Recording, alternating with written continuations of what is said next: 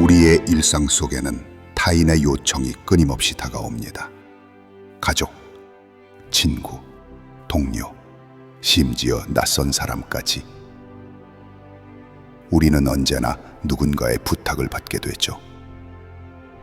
이것 좀 도와줄래? 시간 좀 내줄 수 있을까? 이 일 너가 해줄 수 있지? 그럴 때 우리는 어떻게 반응하나요? 우리는 보통 이런 요청을 거절하기 어려워합니다. 거절하면 상대방이 실망할까봐, 나를 싫어할까봐, 혹은 나만 나쁜 사람이 될까봐 걱정하는 것입니다. 그래서 우리는 무의식적으로 네라고 대답하는 경우가 많습니다. 그리고 그 대답이 우리를 점점 더 피곤하고 힘들게 만들곤 하죠.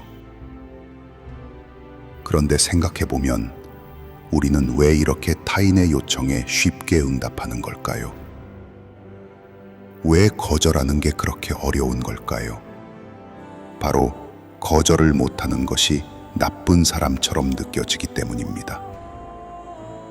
우리는 어렸을 때부터 남을 도와주는 것이 미덕이라는 교육을 받으며 자라났습니다. 그런 교육을 통해 도움을 주지 않으면 나쁜 사람처럼 보이지 않을까 하는 두려움이 생긴 것이죠. 그럼에도 불구하고 거절하는 법을 배운다면 우리의 삶은 훨씬 더 건강해질 수 있습니다. 타인의 요청을 거절하지 못하는 이유는 여러 가지가 있습니다. 가장 큰 이유는 사회적 압박감입니다. 우리는 타인의 기대를 충족시키려는 욕구, 그리고 그로 인해 얻을 수 있는 긍정적인 평가에 끌립니다. 물론 남을 돕는 것은 중요한 일이지만 그로 인해 자신을 희생하는 것은 결코 건강하지 않은 방법입니다. 그럼 이렇게 거절을 못하면 어떤 일이 생길까요? 타인의 요청을 거절하지 않으면 점점 나 자신이 소모되고 에너지가 고갈됩니다. 내가 계속해서 남을 돕는다고 생각하면 그 순간에는 기쁘지만 시간이 지나면서 점차 내 일도 미뤄지고 내 감정도 무너지고 결국 내가 감당해야 할 일이 더 많아지게 됩니다. 그리고 그 부담감이 쌓이면 나는 결국 아무것도 할 수 없는 상태에 빠질 수 있습니다. 사실 도움은 제대로 된 타이밍과 방식으로 주어져야 합니다. 내가 도와주는 방식이 상대방에게도 진정으로 도움이 되는 것인지 아니면 내 부담만 커지는 것인지 판단할 필요가 있습니다. 내가 잘할 수 있는 일이 아닐 때 내가 도와주는 것이 상대에게 도움이 되지 않는다면 그 일은 아예 시작하지 않는 것이 낫습니다.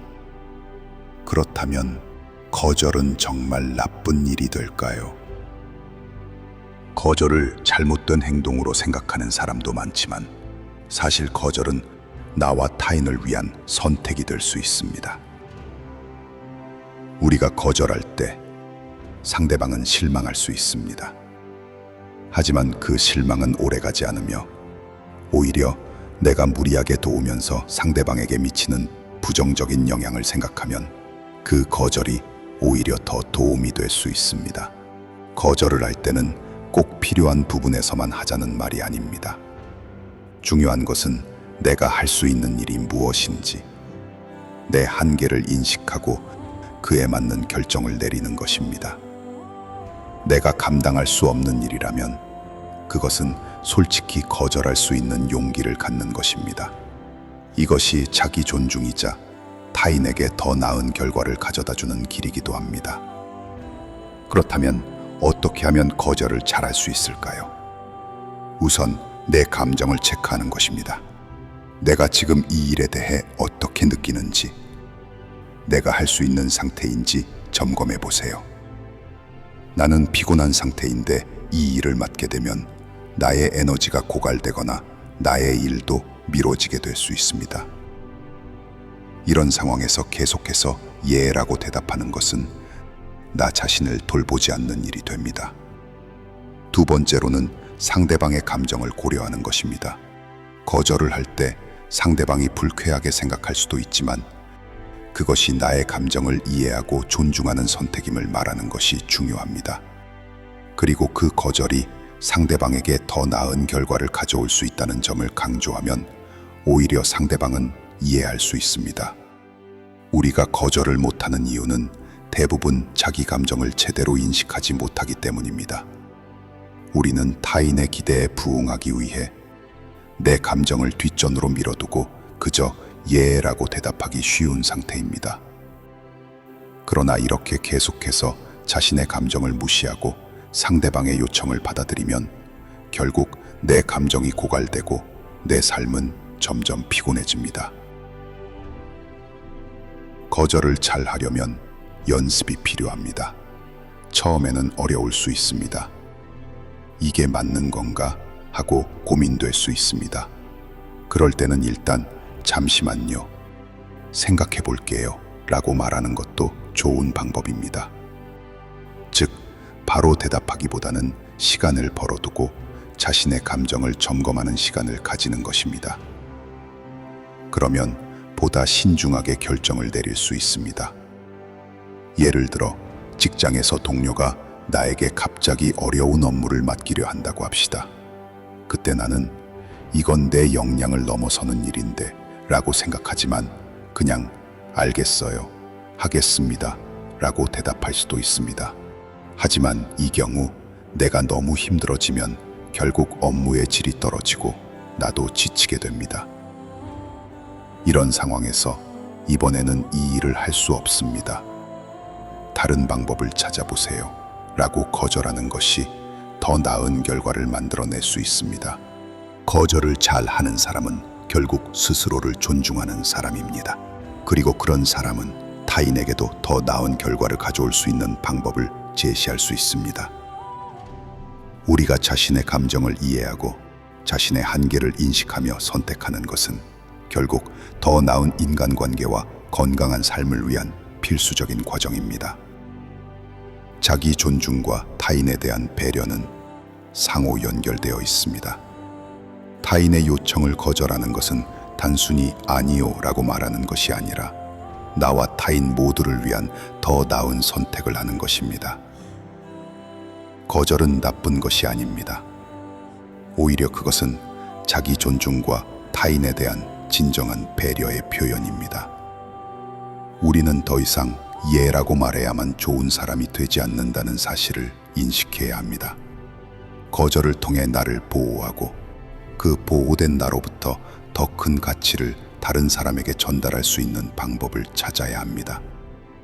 이제 우리는 더 이상 그저 타인의 부탁을 받아들이기만 하는 사람이 아니라 진정으로 자신을 이해하고 타인과의 관계를 더욱 건강하게 만드는 사람이 되어야 합니다.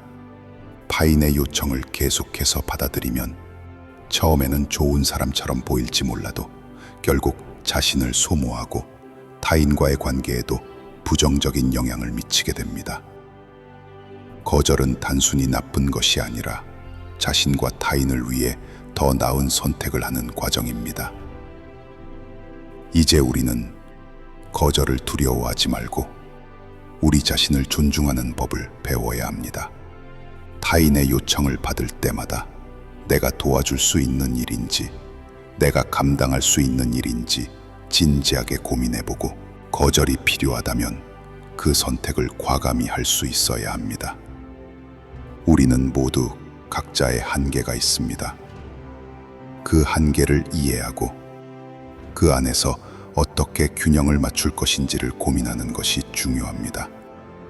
타인에게 배려하고 도와주는 것이 중요한 일이지만 나 자신이 힘들어지거나 내 삶의 질이 떨어진다면 그것은 오히려 타인에게 더 큰 피해를 줄 수 있습니다. 그런 점에서 거절을 잘하는 것은 단순히 나를 보호하는 것 이상의 의미를 가집니다. 그것은 우리가 건강하고 지속 가능한 관계를 유지하는 방법이기도 합니다. 거절을 못하는 습관은 단순한 성격의 문제가 아닙니다. 그것은 내 안의 불안을 마주하지 않으려는 심리적 회피일 수 있습니다. 하지만 조금만 시선을 바꾸면 거절은 내가 나를 지키는 도구이자 진짜로 타인을 존중하는 방법임을 알게 됩니다. 한 발 물러서서 생각하고 조금 더 솔직하게 표현하고 따뜻하게 거절하는 연습을 하다 보면 우리는 어느 순간 더 건강하고 균형 잡힌 인간관계와 삶을 살게 될 것입니다. 거절은 이기적인 것이 아닙니다. 오히려 성숙한 자기 돌봄이자 성찰의 표현입니다.